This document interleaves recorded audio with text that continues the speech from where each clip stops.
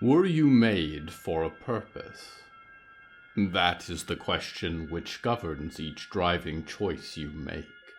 You exist in this universe, and for that you are unsure of whether to be grateful. Regardless, the truth is unchanged.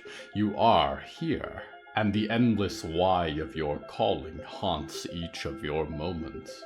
You were born one day in a burst of starlight and fire at the center of the universe, but only the outsiders know why. And can they truly ever answer your question? Perhaps from out there, where they dwell, the before and the after, things are so different in scale as to be unfathomable.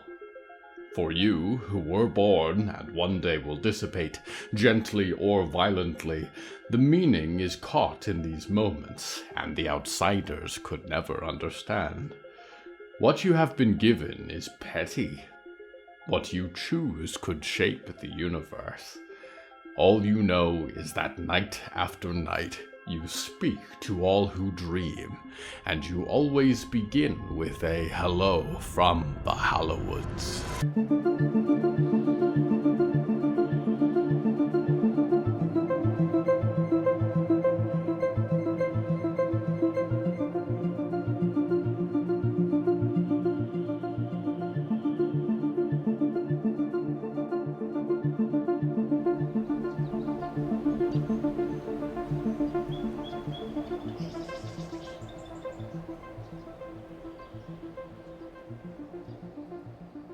Right now, I lurk in the concentric maze of wood-grown houses and stapled-together structures which surround Scout City, known as the Stumps. Like myself, the other inhabitant of this alley also wonders why she is here. The theme of tonight's episode is Vocations.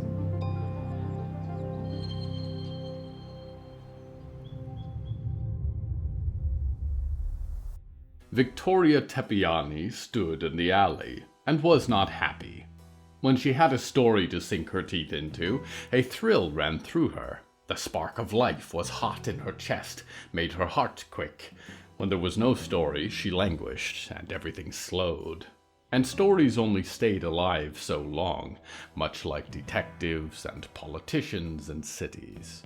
She had posted the Clementine examinations first, and then the reflections, and then the eulogies.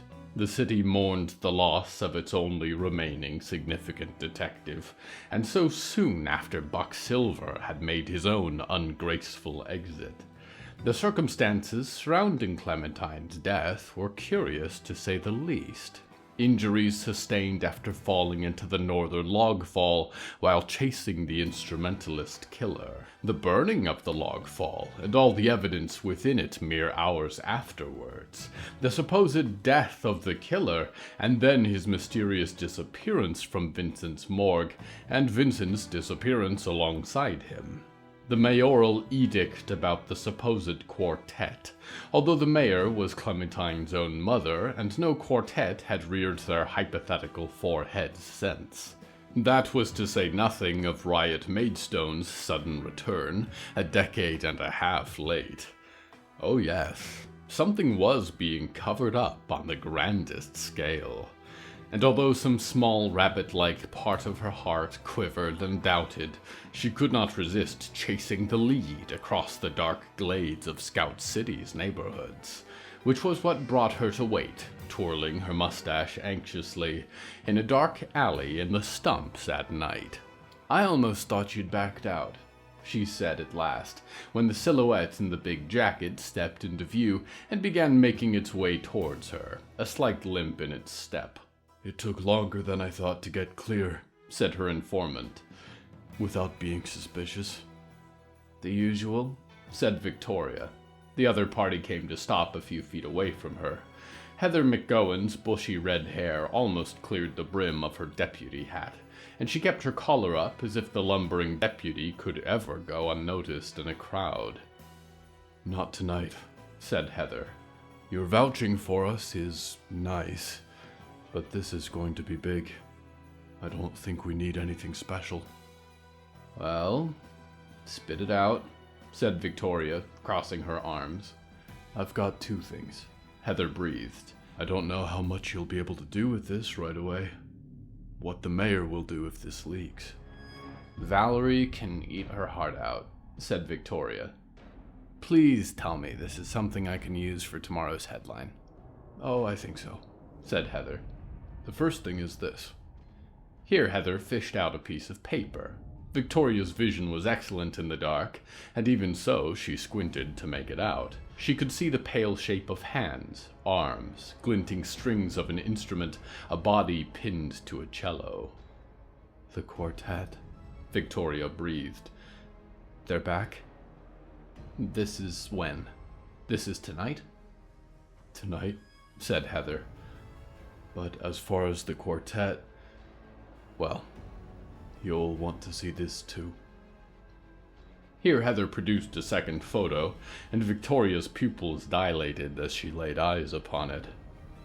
It was, unmistakably, the glass of tall, dark, and handless that was Shelby Allen, with her sleek black hair, walking somewhere deep within Scout City.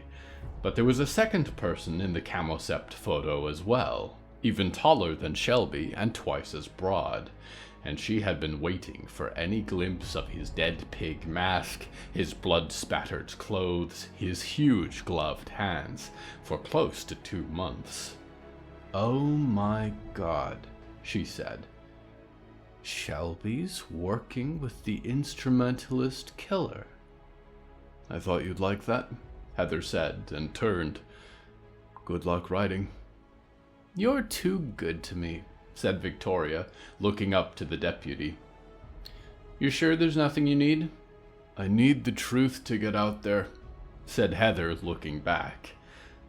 Things need to change in Scout City. The mayor can't keep telling us what to believe. I just want people to be able to choose for themselves. That's the only payment I need. Heather continued, moving quickly then, disappearing back into the night, and Victoria grinned and tasted blood. At last, things were beginning to make sense. The truth was going to get out, indeed. And if she opened the wound correctly, it would sell almanac issues like hotcakes on its way.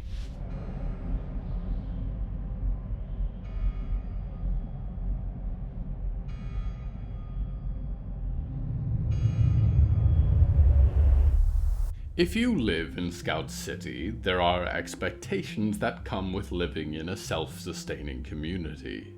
There are dozens of paths to choose in order to become useful, and as long as you have picked one to earn your credits, you can barter them for all that you require beyond your basic needs. If you feel your calling for hunting or fishing, for farming or cooking or cleaning, or for any productive thing, the guidance of experienced mentors is easy to secure. Their curriculum based on practice as you earn your merit badges for that trade. If you are something less traditionally recognized as a staple of the community, such as a freelance investigator, you may need to earn your scout coin differently, such as working in a meat shop or selling issues of your diligently reported and influential newsletter. We go now to one who does not worry about gainful employment.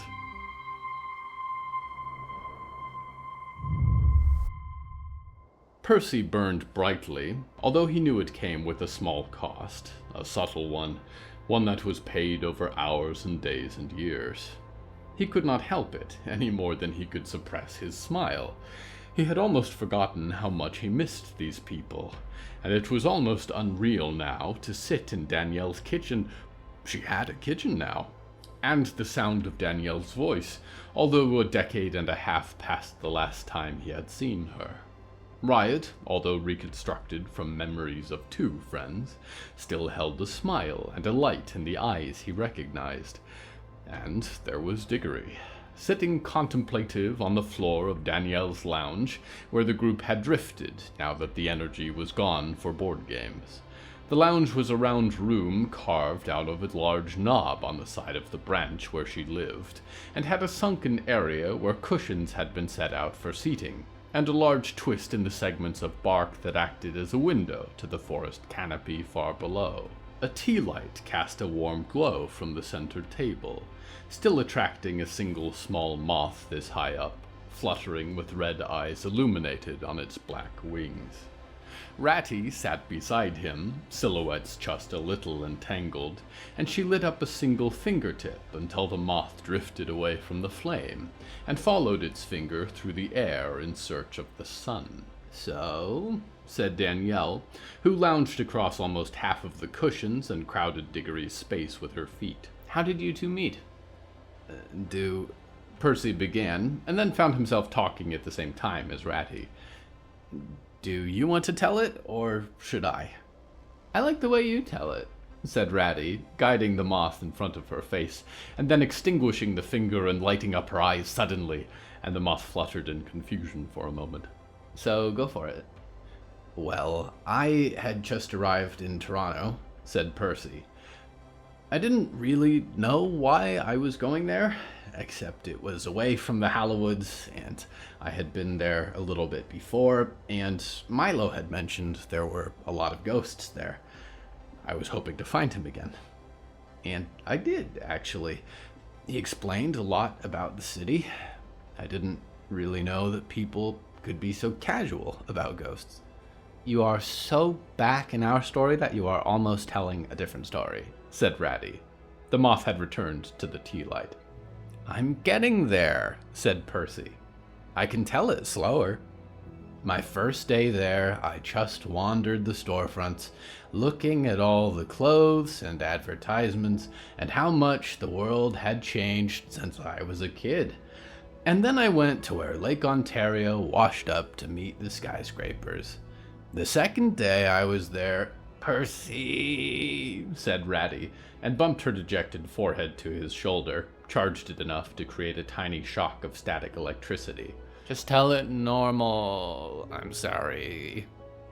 He put his arm around her and grinned. "Only if you chill. But yeah, eventually Milo was like, 'I've got to go up there. This sounds amazing.' And the Venus was like, 'I hope there are people to eat.'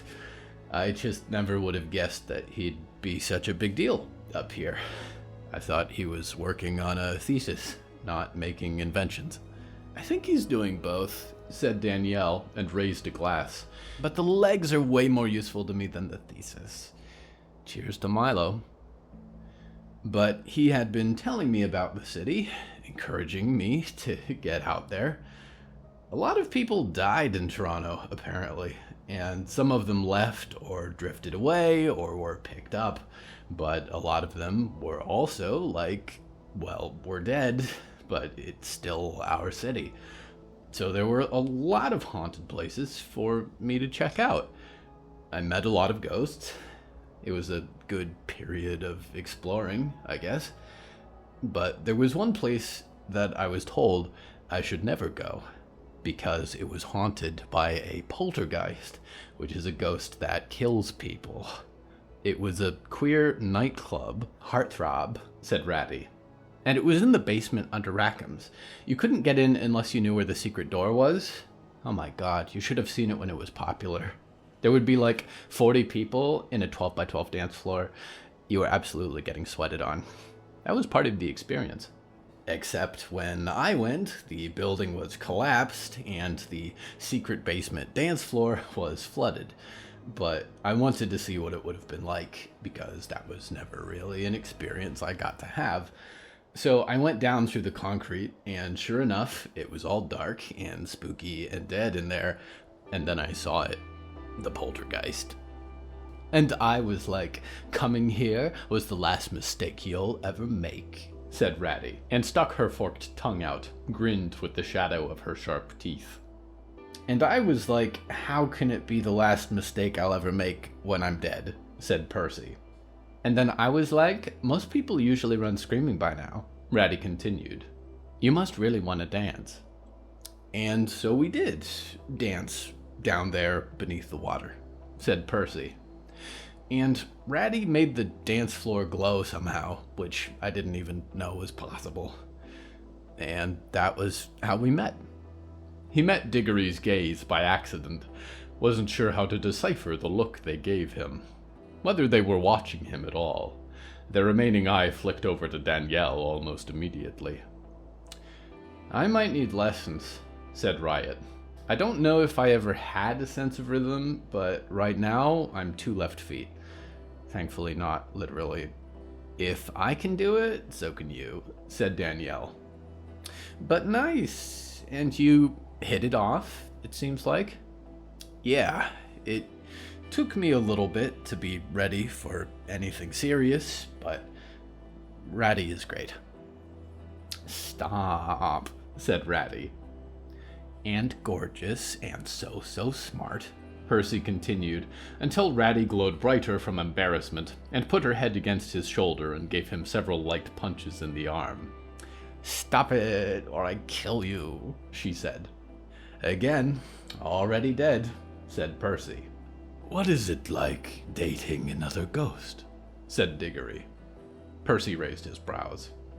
"Well, it's my preference," said Ratty. "Not that I've dated a lot since being dead, since I hate people, but dating living people is just so tricky because they don't get the struggles, you know? Of having to stabilize and regulate and manage your spirit energy. I prefer D for D dating. That's dead for dead. You're on the same wavelength about things from the start, and it's just so much easier." "What about you?" said Percy, suddenly feeling an impulse to shift the attention away from him and Ratty. It had dwelt there too long, maybe. "Have you dipped your toe in the dating pool at all, Diggory?" "I have not," said Diggory, and they smiled in a way that Percy did not entirely trust. "Until the day I returned, I had only been in the Museum of Broken Promises. But I also have felt no great need. I have had much of myself to become comfortable with first." "I mean, you seem like you're doing a lot better," said Percy. "No, fainting or memory spasms or anything." "Yes," said Diggory, and smiled again, looked down to the flame. "I have learned how to make peace with all the parts of me, more or less." "I love you all, but I am going to have to give it up for the night," said Riot sleepily, and she rolled off from the lounge and clambered out of the seating pit. "I think I work tomorrow morning." "So tomorrow afternoon," said Danielle. "Hey, we can't all be sleep geniuses," said Riot, and blew a kiss to the crowd from the doorway. "Percy, I'm glad you're back in town. Don't go anytime soon, okay? We should hang out. Ratty, lovely to meet you. Bye," said Ratty, and waved. "Speaking of sleep," said Danielle, and stretched. "I'm probably ready to turn in too, but feel free to stay up. Percy, Ratty, I have no idea if ghosts sleep, but the lounge is yours." "Cool," said Percy. "Thank you, Danielle. It's so good to see you." "I'll be in your dreams," Danielle said, and rose out of the lounge as well, the vines that supported her legs and lower back drawing taut like tendons. And then it was just Diggory, and Percy, and Ratty, sitting in the patio enclosure. "So," said Percy, "what's new with you?"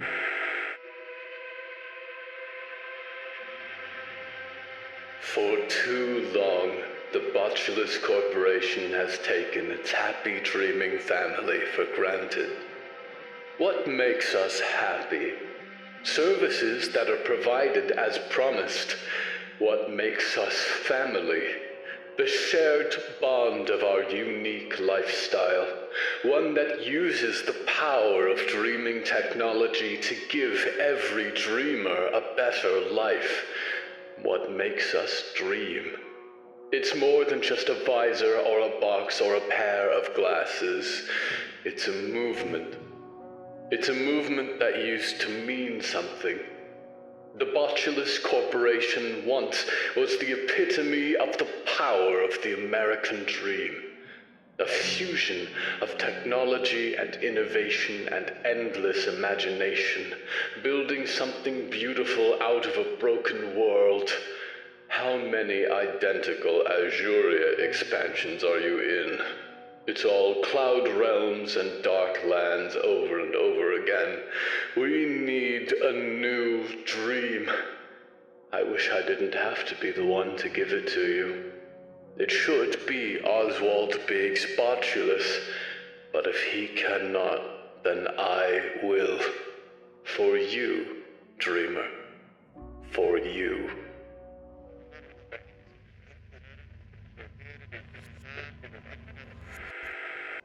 This is my audience. Keep your spinnerets away from them. We return now to Percy Reed. I'm going to go do my hauntings, said Ratty. Oh, God, said Percy. You really don't have to. We don't exactly know anyone here. You might actually scare them. No, it's cool, said Ratty, and she gave a little wave to Diggory, and then fell through the sofa and out into the city below, and Percy was left alone with them in the candlelight. She seems nice, said Diggory. She's not, but that's why I like her, I think. She's like a chaos gremlin, said Percy, and then shifted his gaze and attention out to the city below them. I don't ever recall it being this hot up here. Not that I could exactly tell the temperature when I was here. Yes, it has been rather dry, said Diggory. It has not rained in a month, and I do not see signs of it changing soon. Yeah, said Percy.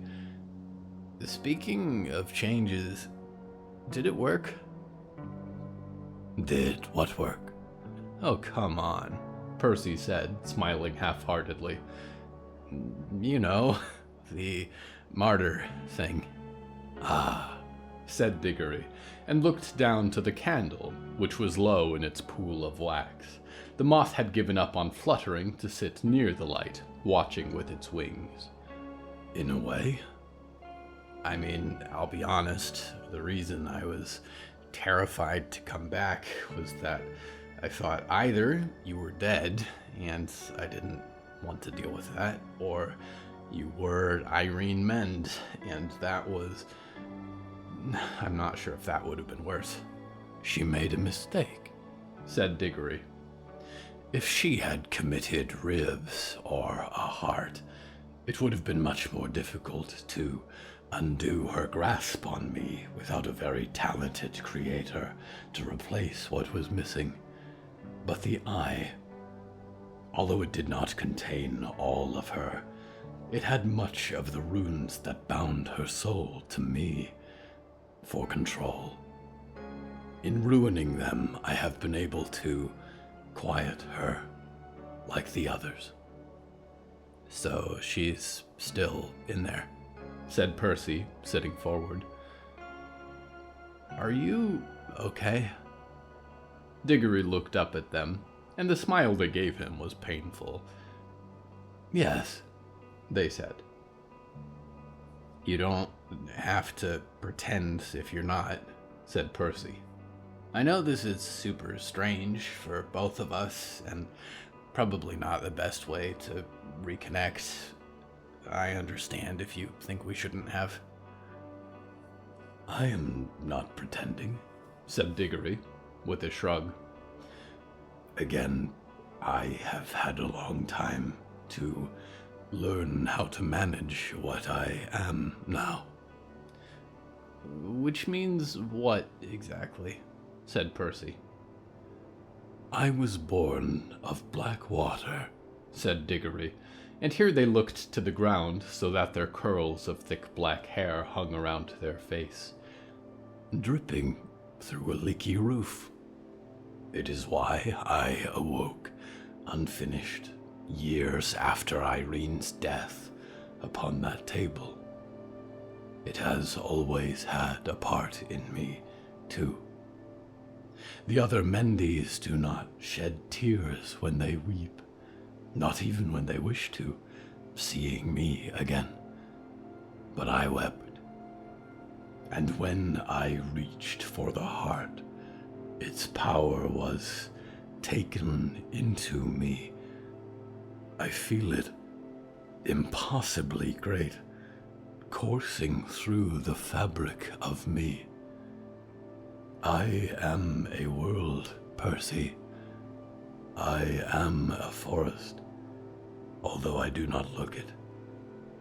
For this reason, my permanent home is safely in the Museum of Broken Promises, and I have done well there, cataloging, wandering the world.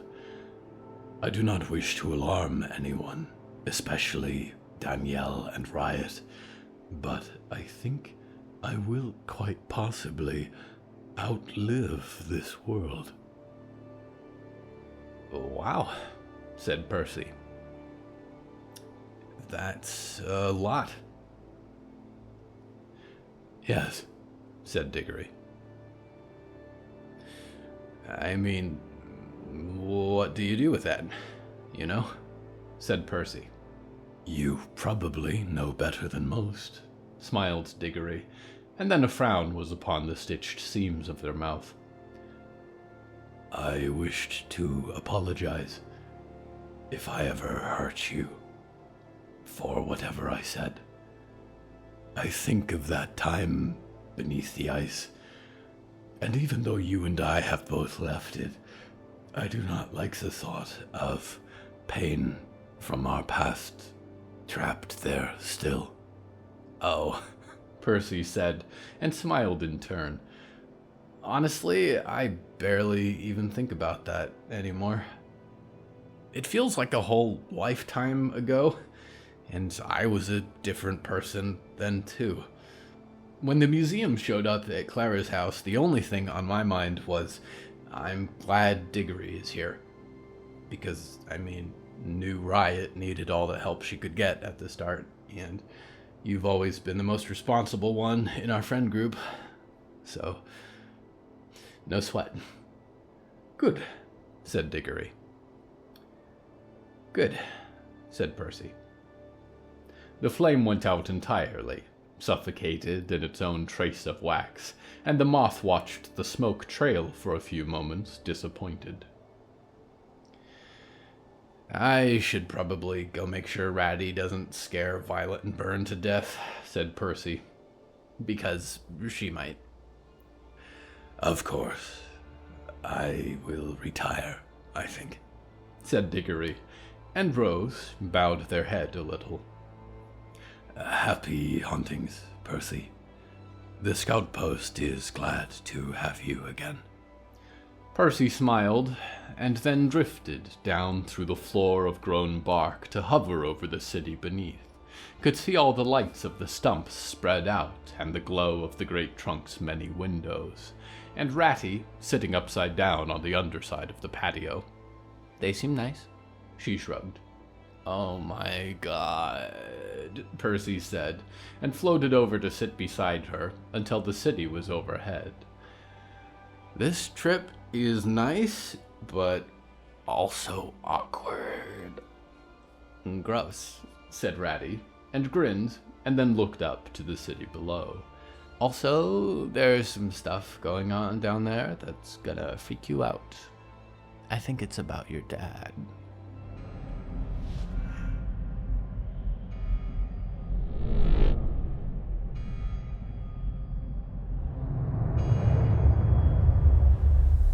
What if there was supposed to be an agenda? I seem to recall an agenda. What if they send out an agenda, but because I am not a council member previously, they have not sent it to me? What if I am at the top of the agenda? If they say, "Welcome, Nick, please tell us a little about yourself, and then present the report we asked you to prepare on the agenda." I should ask someone if there is indeed an agenda. We go now to one who has found a new calling.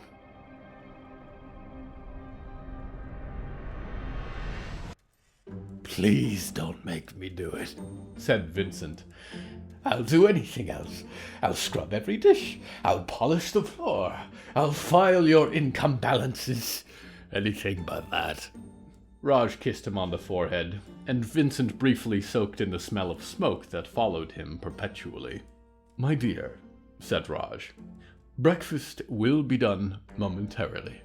Delicious dosha, which I have meticulously prepared, and I ask only that you brave this most difficult task in exchange.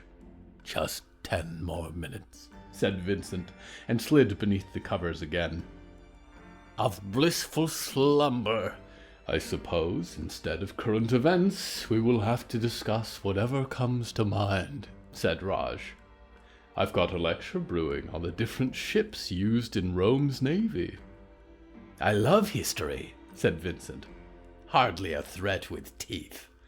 The blanket was rolled down a little until Vincent looked up to find Raj stooped over the bed. Or, said Raj, we could discuss what it is that we are going to do. Now that I am a widower who knows too much about Roman ships and the history of colonization for countries that do not exist anymore, and you are unemployed. As I've said, I know exactly what I am going to do. I'm just waiting for the right shipment to come in. But, point taken, said Vincent, and stuck his wrinkled foot free of the bed.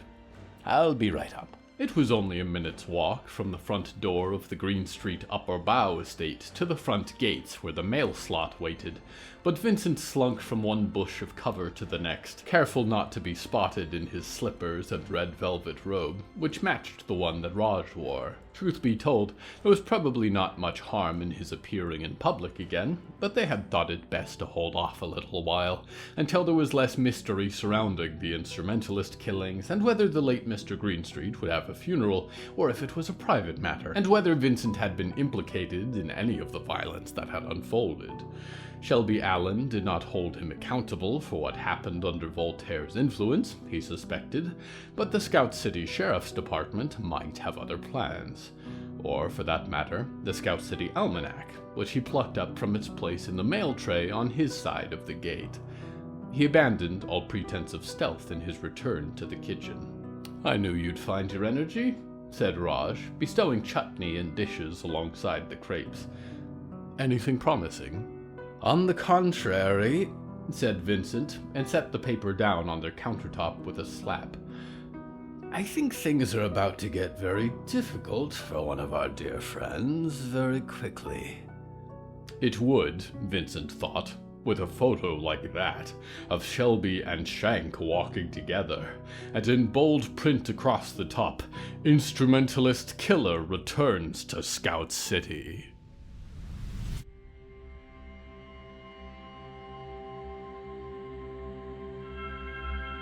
Vocations.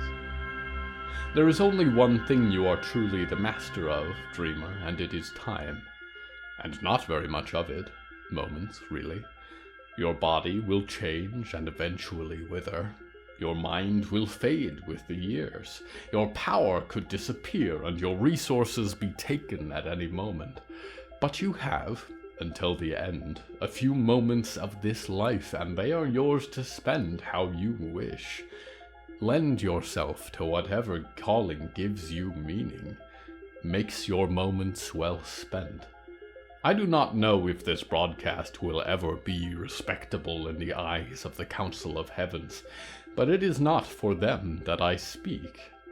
Continuing on in my program, I am your loyal host, Nicky Nick, waiting productively for your return to the Hallowoods.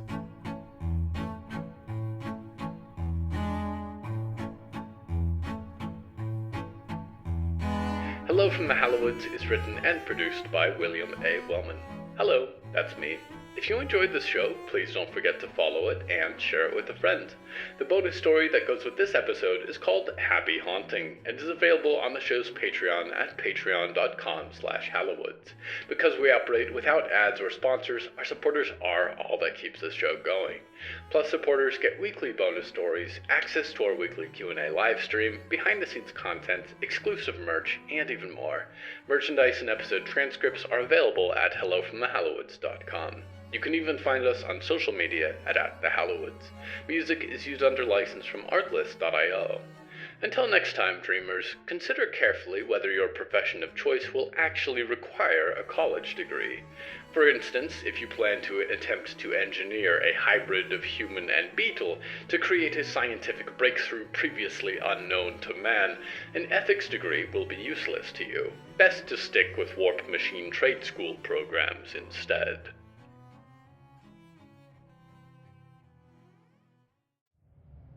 Cried the Raven Nevermore. The latest in audio drama turning to classic horror literature, Bloody Disgusting presents Poe Evermore, a star-studded rendition of gothic horror Edgar Allan Poe's life, work, and the supernatural wrapped into one ongoing listening experience. A legion of voice actors with a deep love for this chilling and often poetic author's work have united to bring his history and fiction to life, and the show aims to bring you a complete canon of Poe's work that you experience in real time as the story goes on. You may even find your loyal host among their ranks. Cried the Raven, tune in to Poe Evermore wherever you are listening to this podcast, and lend an earbud to Lost Lenore.